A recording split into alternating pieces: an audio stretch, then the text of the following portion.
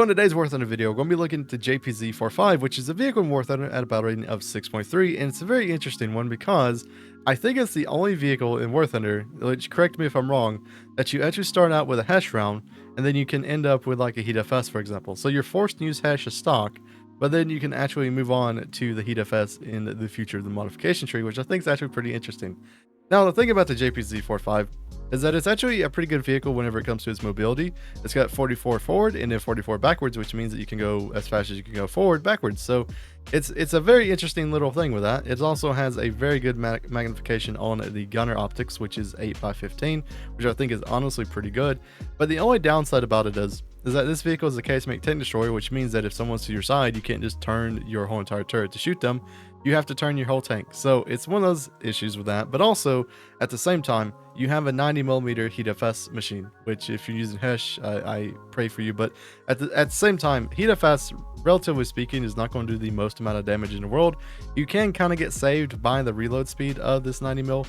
But at the same time, like if you're not getting like critical hits on people, like their breaches, or you're shooting out the guns, or you're hitting ammo racks, majority of the time, especially if you're facing the like 6-7 heavy horde of like the Americans with their T-34s and T-30s and their Super Persians and all that sort of stuff, you definitely can have a little bit of trouble with this vehicle.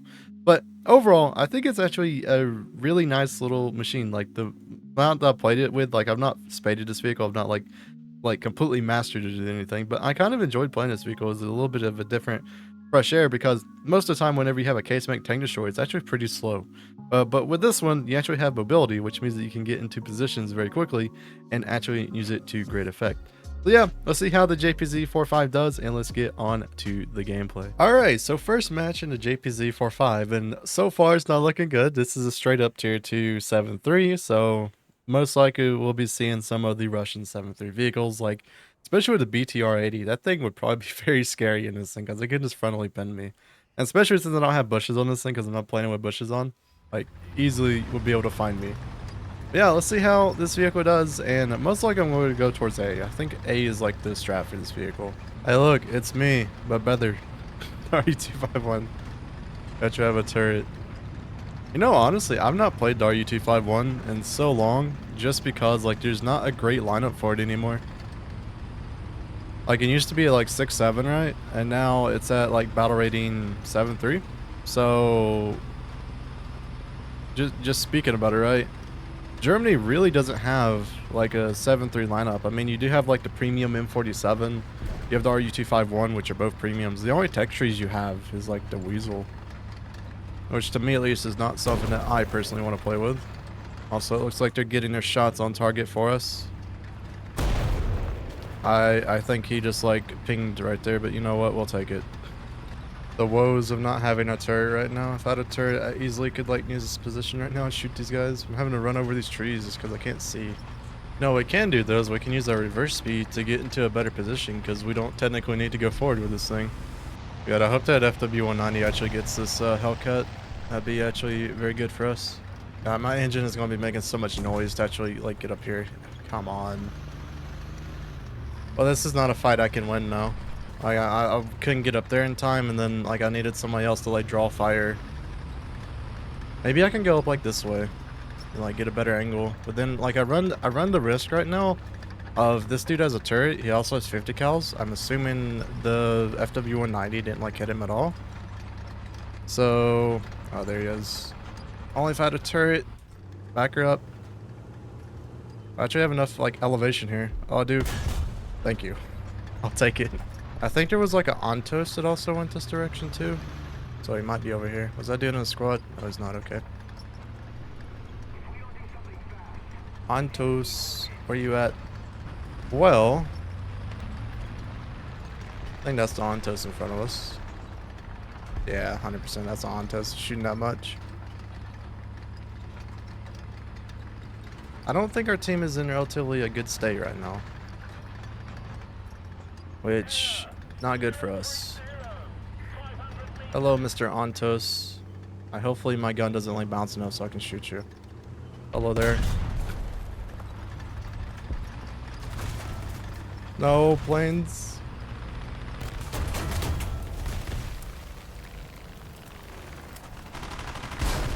Congrats. That's all I have to say about that one. The woes of the Jack Panzer 45. I don't like this thing because of that. Like, if anyone wants to get rid of you, they don't even need a bomb. They just need 50 cals. Like, they don't even really need 50 cals. The top of this, it could be killed with 7.7s if you get like lucky enough. But yeah, sadly though, we just weren't lucky, and yeah, the Hellcat got a little bit mad. But you know what? Let's go this way now. See if we can get anything done. I think going over towards Alpha is just gonna be death sentence again. We was in a really good position though, which kind of sucks. Yeah, there was nothing we can do against the plane. Oh, there we go. Hello. At least we can overpressure him with our wonderful heat FS. Please no plane. Thank you.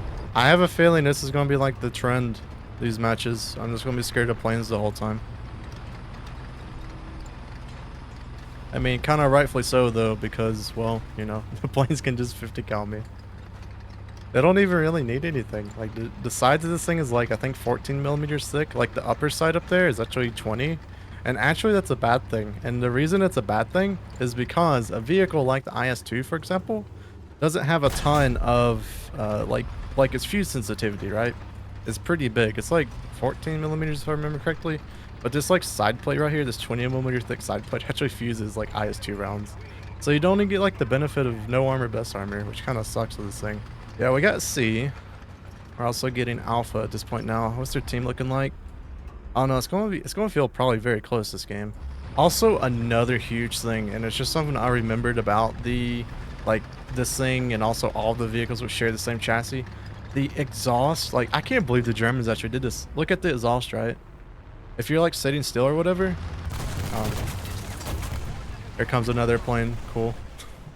But the exhaust can give you away if like you're hiding behind something, because it shoots straight out the back. That just sounds like something stupid that the Germans would do.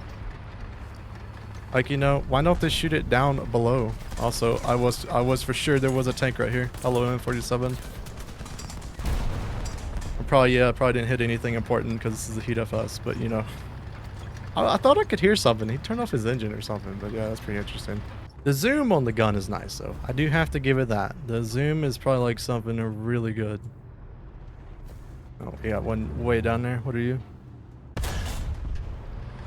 Gunner loader. I got it.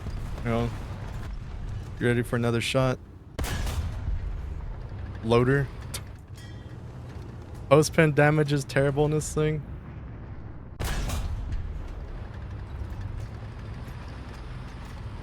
It's the only benefit of this machine though is you get heat FS, so you can basically kill everything that's like heavily angled and armored and everything like that, but it might take a couple shots to do it. Please no bomb. Oh, that is a big bomb. We backing her up with this one. I was about to say, that shouldn't be able to get me. Should be fine. Oh, I have a T-44 way up there. I'm too small, I can't see, but we're just going to fire anyway. Well, let's move over here so we can actually see.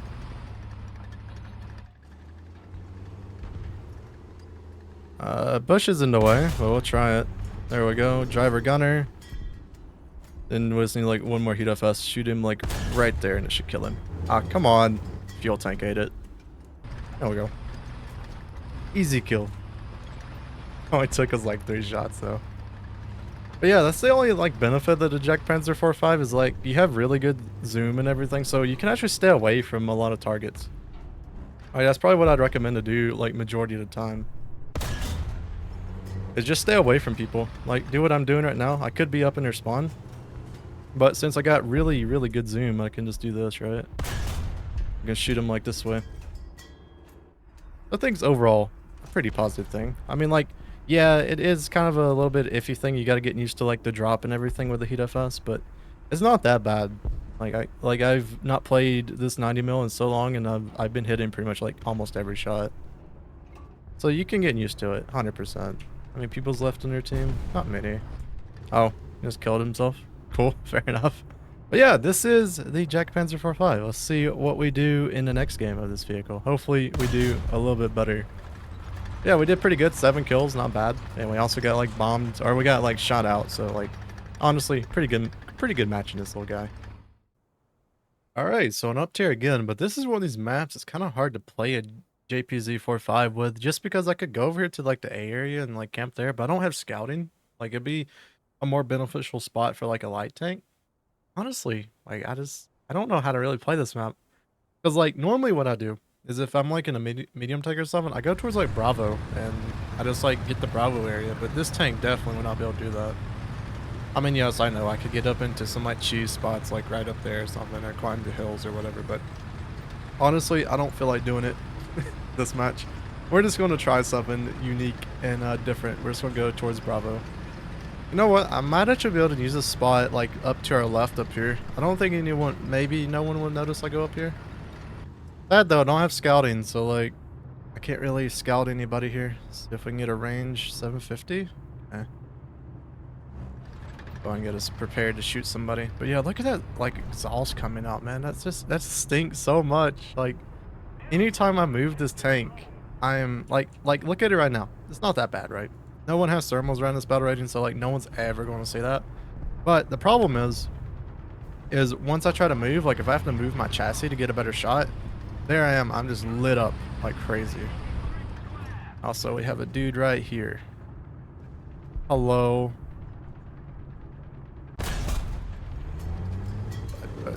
What a shot. Driver loader? Oh. Oh man. I know I could have went for ammo, but I was just trying to like get him like stopped. Oh, there's literally just another one there. Hello there. Let's go for ammo on that guy. Yeah, I think the main question you had whenever it came to playing the Jagdpanzer 4.5 is I think it's a vehicle that definitely benefits from being at range than it does like actually trying to do anything with it. Wonderful. At least we can reverse so we can get out of there. But like even on this type of map, it's a vehicle I probably would not spawn. Oh, we have one moving that way. Okay, I'm out.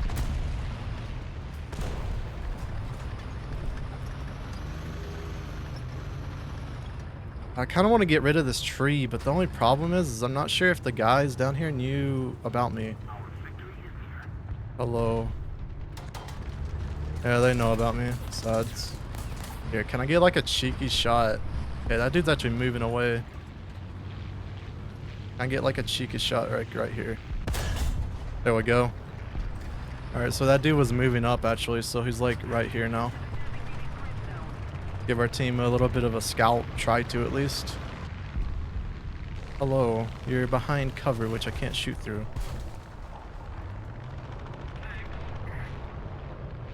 Have to give him a minute. I'll start panicking and do something. Alright, we can see like a little bitty edge of his tank. There we go. Easy kill. Now, prepared to get bombed and rocketed and MG'd and all kind of stuff.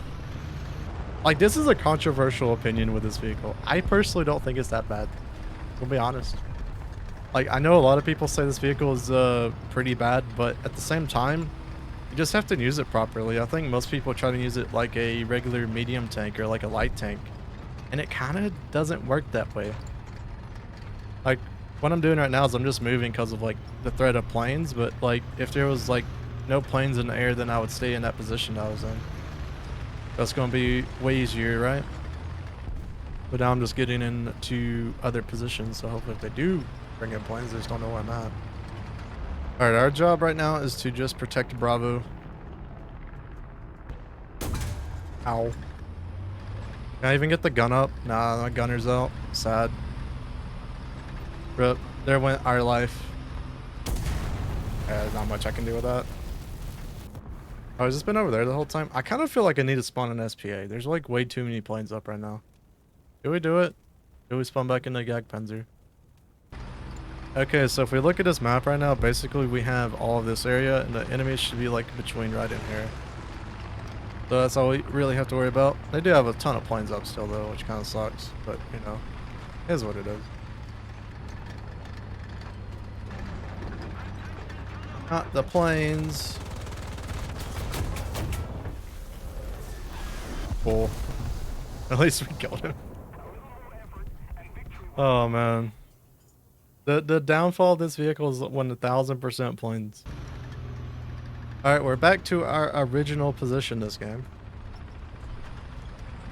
I think everything is pretty much fine except for like Charlie. I think the enemies are like stuck between here and the spawns. So hopefully maybe we can like push up to like here and then get into a good position.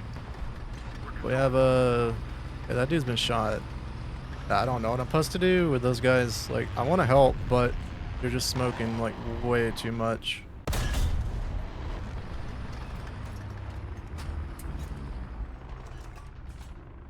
Alive? It was. He looked dead, but he was alive. 100%. Oh, and the game's over. We're not gonna be able to get him. Hello, my friend. So yeah, that's the Jag Panzer IV-5. I mean, it's a very good vehicle in my opinion. I don't think it's particularly bad in anything. Like you have a heat FS that can low pin everything around you, which for most people that want to play the World War II BRs is a negative thing. But at the same time, it does have some fatal flaws to it. Basically, on the front has no armor, on the sides have no armor, and on the bottom down here also no armor as well. So that means majority of the vehicles that you face will be able to pin you, be able to own you, and all that sort of stuff, which is why I recommend never playing this vehicle like a light tank or like a regular like medium tank. Play it to its strengths. It has really good optics. It has a low pin round, which doesn't matter what range you're at because heat FS does not matter at all. So if you're able to use this vehicle at range to where you can actually move away, get into good positions, you're actually going to do very well with this vehicle. But if you try to use it like a light tank, trying to get into a position to actually scout, which you can't do in this vehicle, and then also get into a position where you're closer to the enemy, it just does not work with that way. So that's how I recommend playing the Jag Panzer IV-5. Hopefully all you guys enjoyed this video. Make sure to leave some vehicles that you'd want to see played in the future in the comments. And I hope everyone has a wonderful day. And we'll see you guys in the next Warthunder video.